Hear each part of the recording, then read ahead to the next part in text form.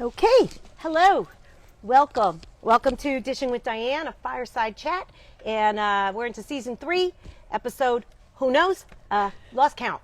But anyhow, welcome, and this is live, and hopefully if you got some questions, we will address them as we go. But I am here today with Ron Kilbundy with Atlantic Coast Mortgage, and some of the things we're going to talk about today, one of them I think that's very present and relevant on the minds of people is the hurricanes and the recent misfortunes and situations that have happened. And one of the things we're going to talk about that I don't think gets talked about much is what happens when your home is either flooded out and or condemned or possibly even destroyed in some natural disaster. What happens with your mortgage? How does that work? So we're going to talk about that. The other thing we're going to talk about is it's election year, and oftentimes people say that it has an impact on housing market, on decisions people make. So we're going to talk about that too, and sort of sort out fact and fiction as it relates to that. And then we're also going to talk about, of course, the rates and the market and just what's going on right now and how to sort of position things into the final quarter of this year. So Ron, again, always great to have you. And I love being here. I'm just going to, you take it away. I mean, between the s'mores and the fire, it's beautiful. So yeah, it's really good to be here with you again. Awesome. Well, thank you. So yeah, tell people a little bit about yourself. So the quick history is I was a pastor for 18 years and then went into the nonprofit sector. My wife and I actually started a nonprofit that ended up going national. And our nonprofit is working to feed food insecure children in every county across America. We have 76,000 volunteers. We're in 30 states. We have 650 business partners, including companies like Volkswagen and Microsoft and Dun & Bradstreet. That's awesome. And then COVID hit, and it hurt a lot of people. It certainly hurt us because within 3 weeks of the government shutting down large events across the country, we took a 78% hit in revenue in our nonprofits. And so at that point, that made me sit back and go, okay, I've got 30 team members. I don't want to lay any of them off.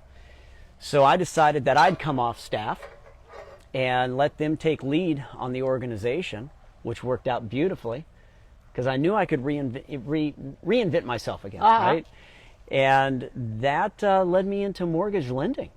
So the beauty of that kind of the story is that I get to serve people on both ends of the economic continuum, whether they are in a position where their children need additional food resources because the household doesn't have enough money to afford it, or whether someone's wealthy enough to buy and own a home or maybe multiple homes. I get to serve people across the board. Yeah. And the beauty is it doesn't matter anyone's economic standing. People are people. Yeah. And it's all about serving people. So I really bring that value into lending of, well, what can I do to help families create wealth through real estate? And number two, in that process, make sure they're in the best loan so they're keeping money in their pocket, which then accelerates creating wealth, right? Yeah. So, cool. Yeah. Yeah, I think that's a great differentiator working with you is giving people those options and how the different pathways can build their wealth. So thank you for that introduction. Yeah, absolutely. So let's kick this thing off and let's talk about kind of the whole natural disasters and hurricanes and floods and things, and what impact does the mortgage side have on this, or how does the mortgage piece play into it? Because we talk a lot about insurance as naturally one would, but I don't know that there's a lot of out.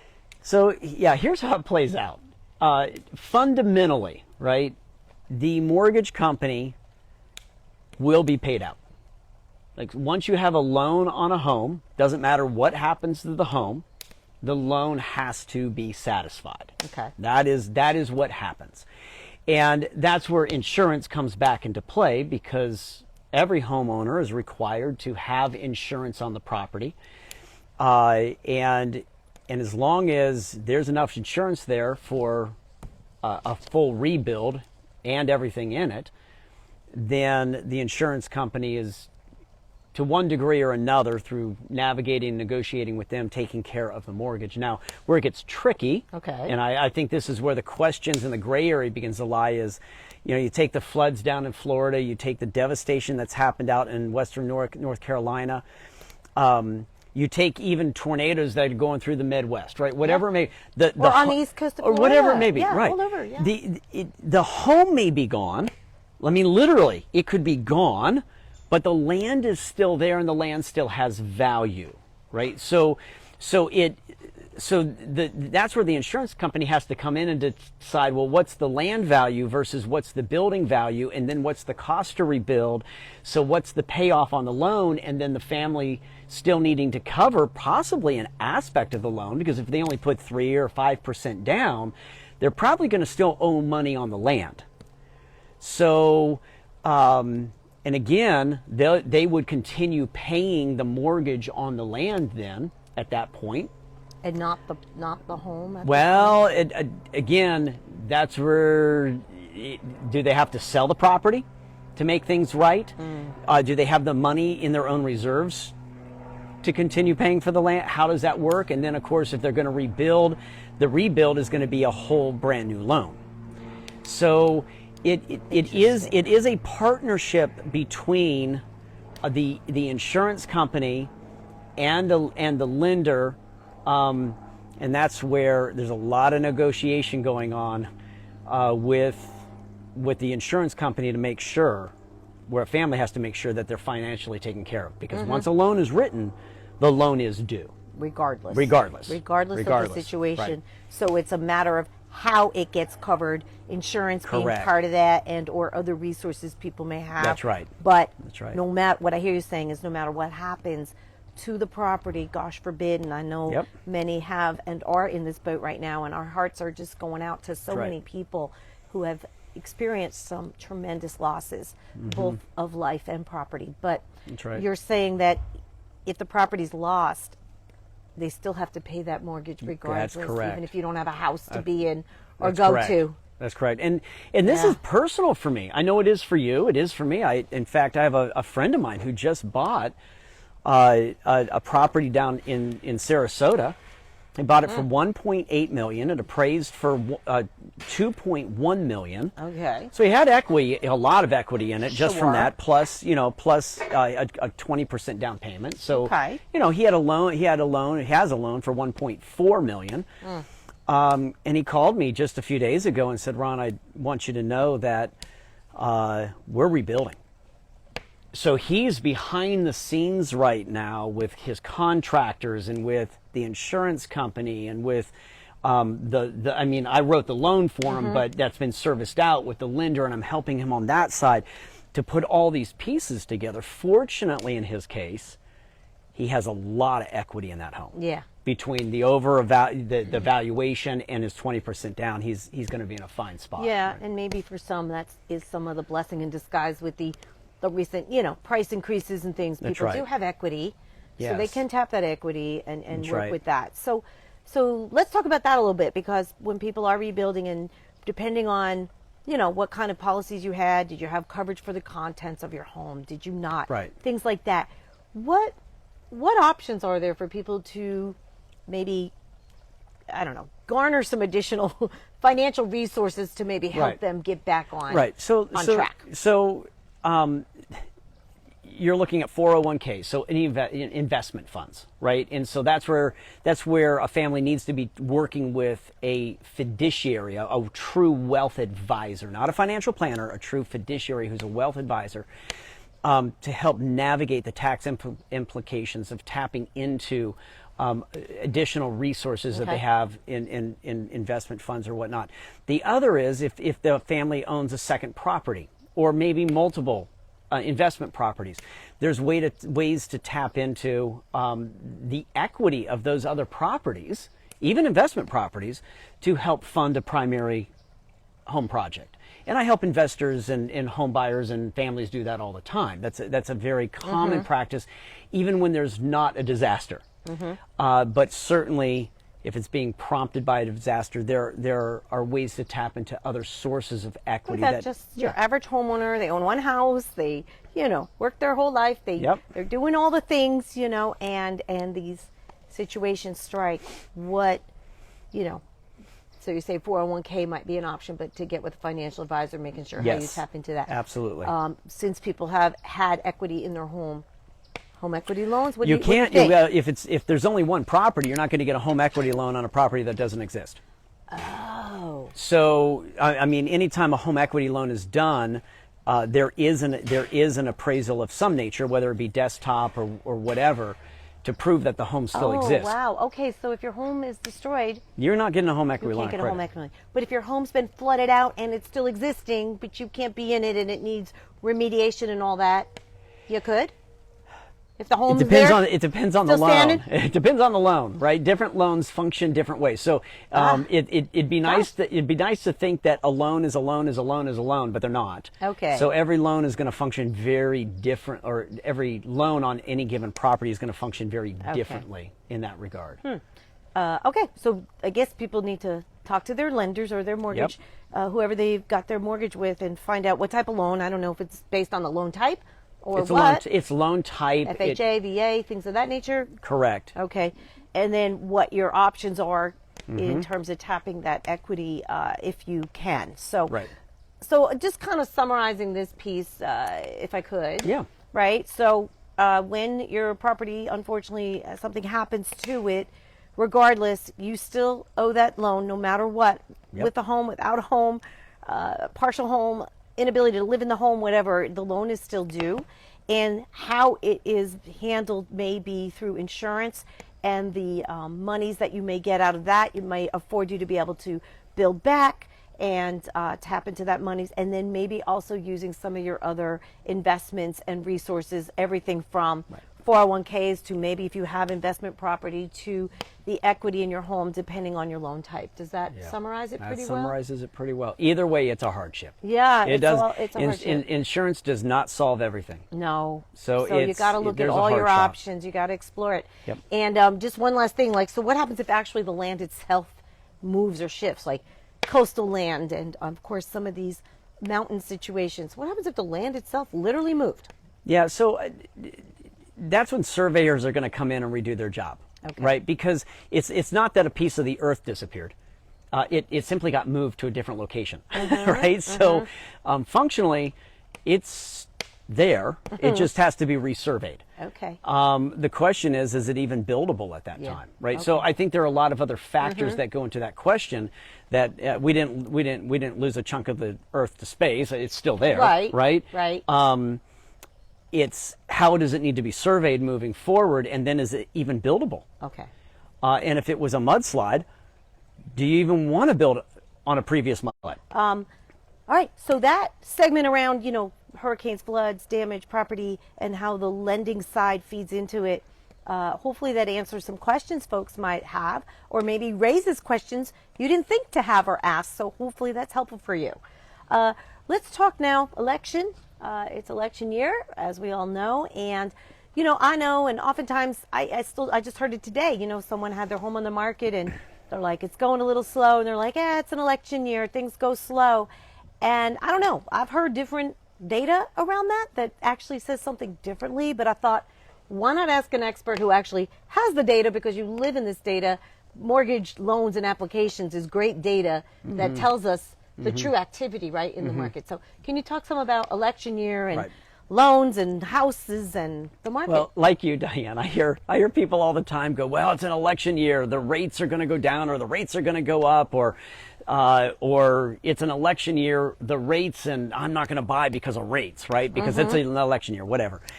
What's interesting is when I ask these people, well, what do you mean by that? It's an election year. Because it's kind of the popular thing to say, they really don't know what they mean by that, right? There's a lot of interpretations. And in fact, the framework, if there is a definition of that, can actually be skewed by the narrative of the person telling it. So in other words, a Republican or a Republican-leaning person might actually interpret that statement very differently than a Democratic-leaning person, because it's a different storyline, it's a different narrative, it's a different framework, right? Okay. It's not that one is right or wrong, it's just it's a different filter that they're putting the data through.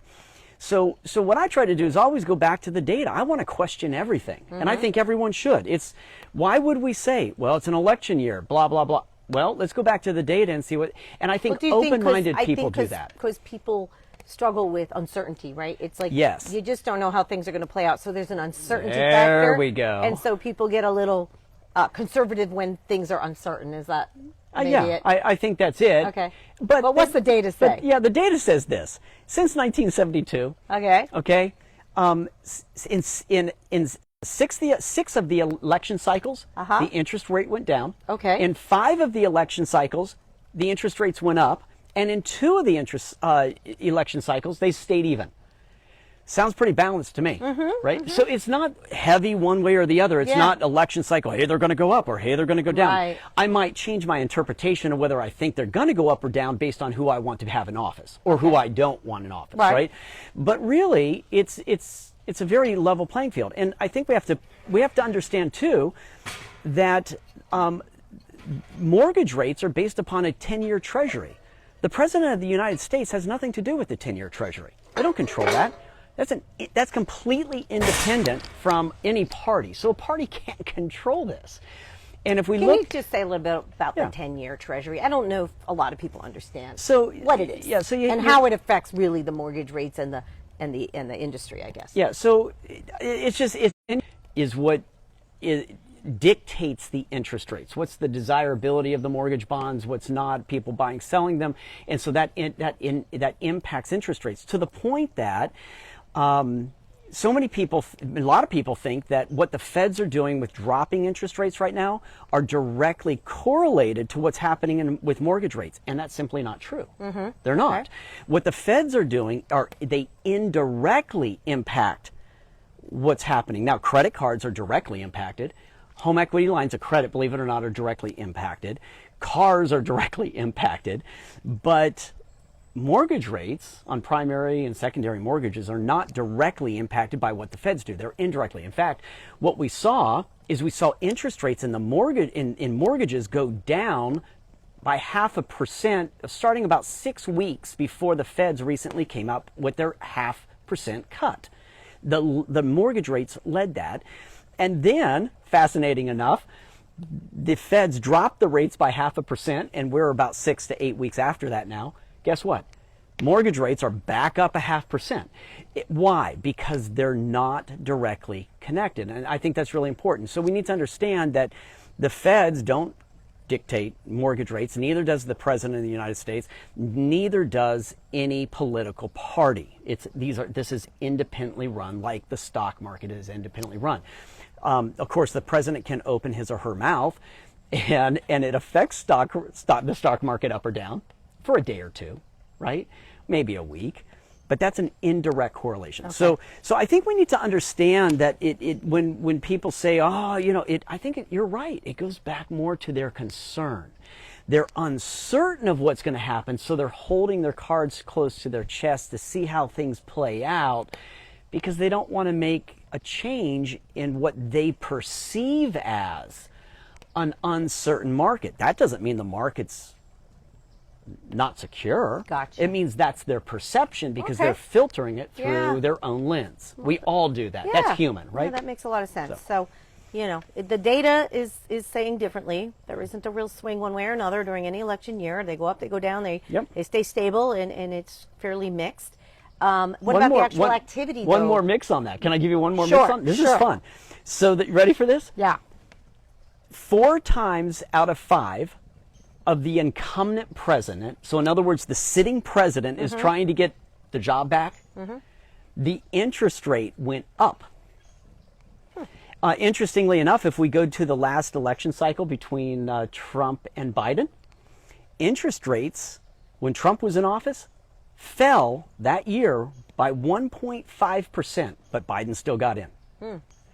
And so, again, we have to look at the data, right? Okay. We have to put this through a different lens other than maybe our own lens, right? Okay, awesome.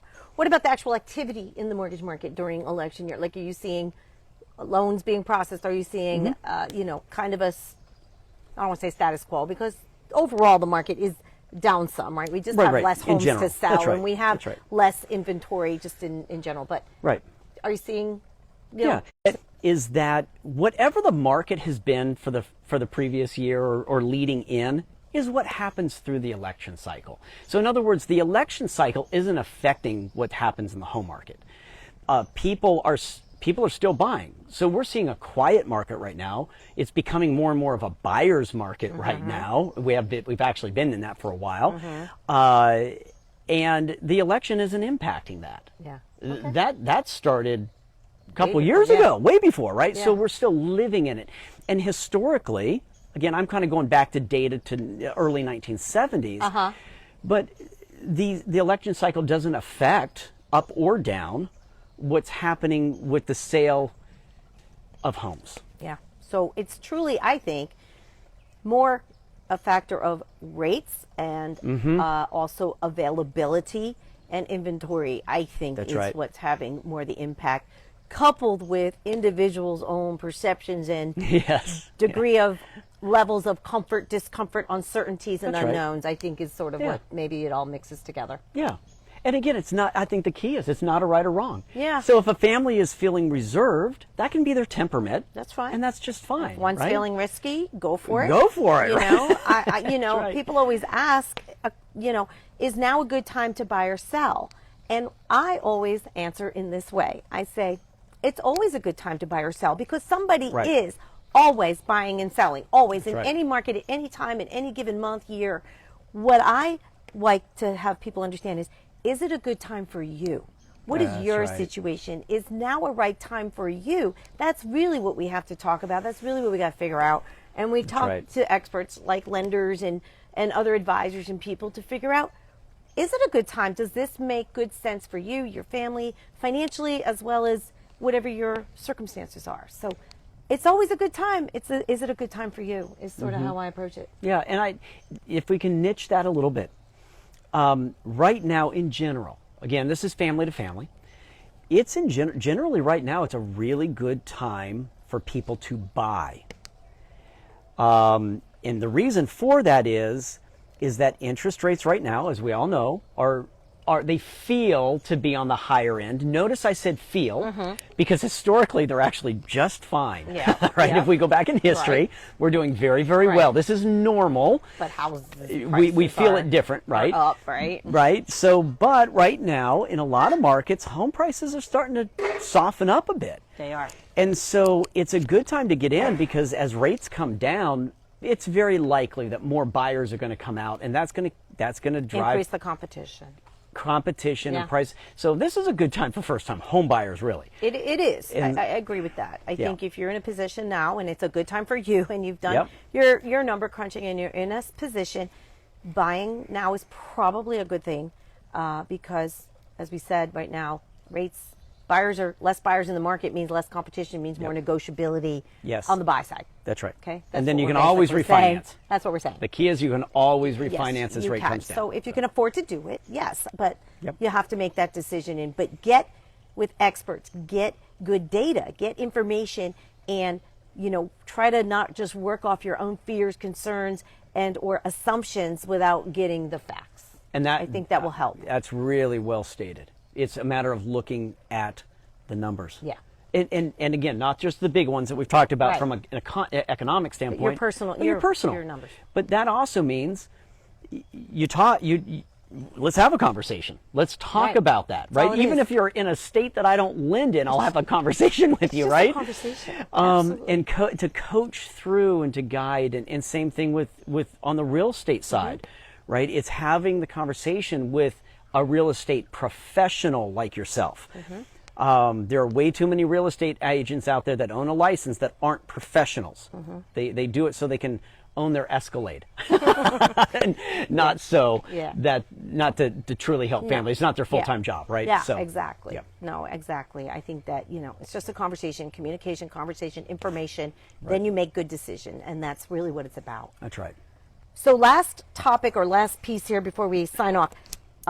In general, how's the market looking into we sort of talked about it Yeah. some, but Yeah. how's the market looking into the rest of the year, you think? What's your Well, crystal ball saying So there, Ron? so no crystal ball. I learned to smash that years ago. So let me tell you what analysts are saying. Okay. I think that's a better way to go. And that way, if they're wrong, it's their fault, not mine. Right? So let's talk about the analysts. The analysts. What the analysts are saying, and even what the Fed has indicated, is that rates are very likely going to drop another quarter. Now, again, it goes back to the previous conversation. That's an indirect impact to the mortgage industry. But very likely, if that happens again, we're going to naturally see mortgage rates go down again. There's also indication from the analysts and from the Fed that they're going to continue dropping rates in 2025. And so as this happens, and as the American culture, society begins to wake up to the fact that mortgage rates are coming down, that is likely going to bring a lot more buyers to the table, coming back to that other part of the conversation where timing can matter. Yeah. Keeping in mind that if you happen to buy at what might be a little bit higher of an interest rate, you can always refinance to a lower, and that's going to cut your monthly payment, put you in a better financial position, but you're likely to get a house. Yeah. Right, today. Yeah. Because the demand, the sellers want to sell. Yeah, exactly. And there's not a lot of buyers. Yeah. So I don't see a full blown turnaround in the market this year. I don't see that coming based on what I'm seeing from the Feds and from analysts. I do think that, as you and I were talking about before this conversation, is that 2025 likely has a turn coming because of the indicators are there. That there's going to be a turn. Key is get in early. So, all right. Well, we'll all wait and see how that turns out and what it brings 2025. But I appreciate you. I appreciate your insights and your time as always. And Glad to. I hope we've answered some questions out there for you, and or maybe raised some for you to ask, other experts in your sphere and in your world based on what you're dealing with. But as always, please feel free to reach out. I'm always happy to have a conversation about your real estate needs. Ron's always available to talk about the lending and the financial side. And we appreciate you watching. Thanks so much. Excellent.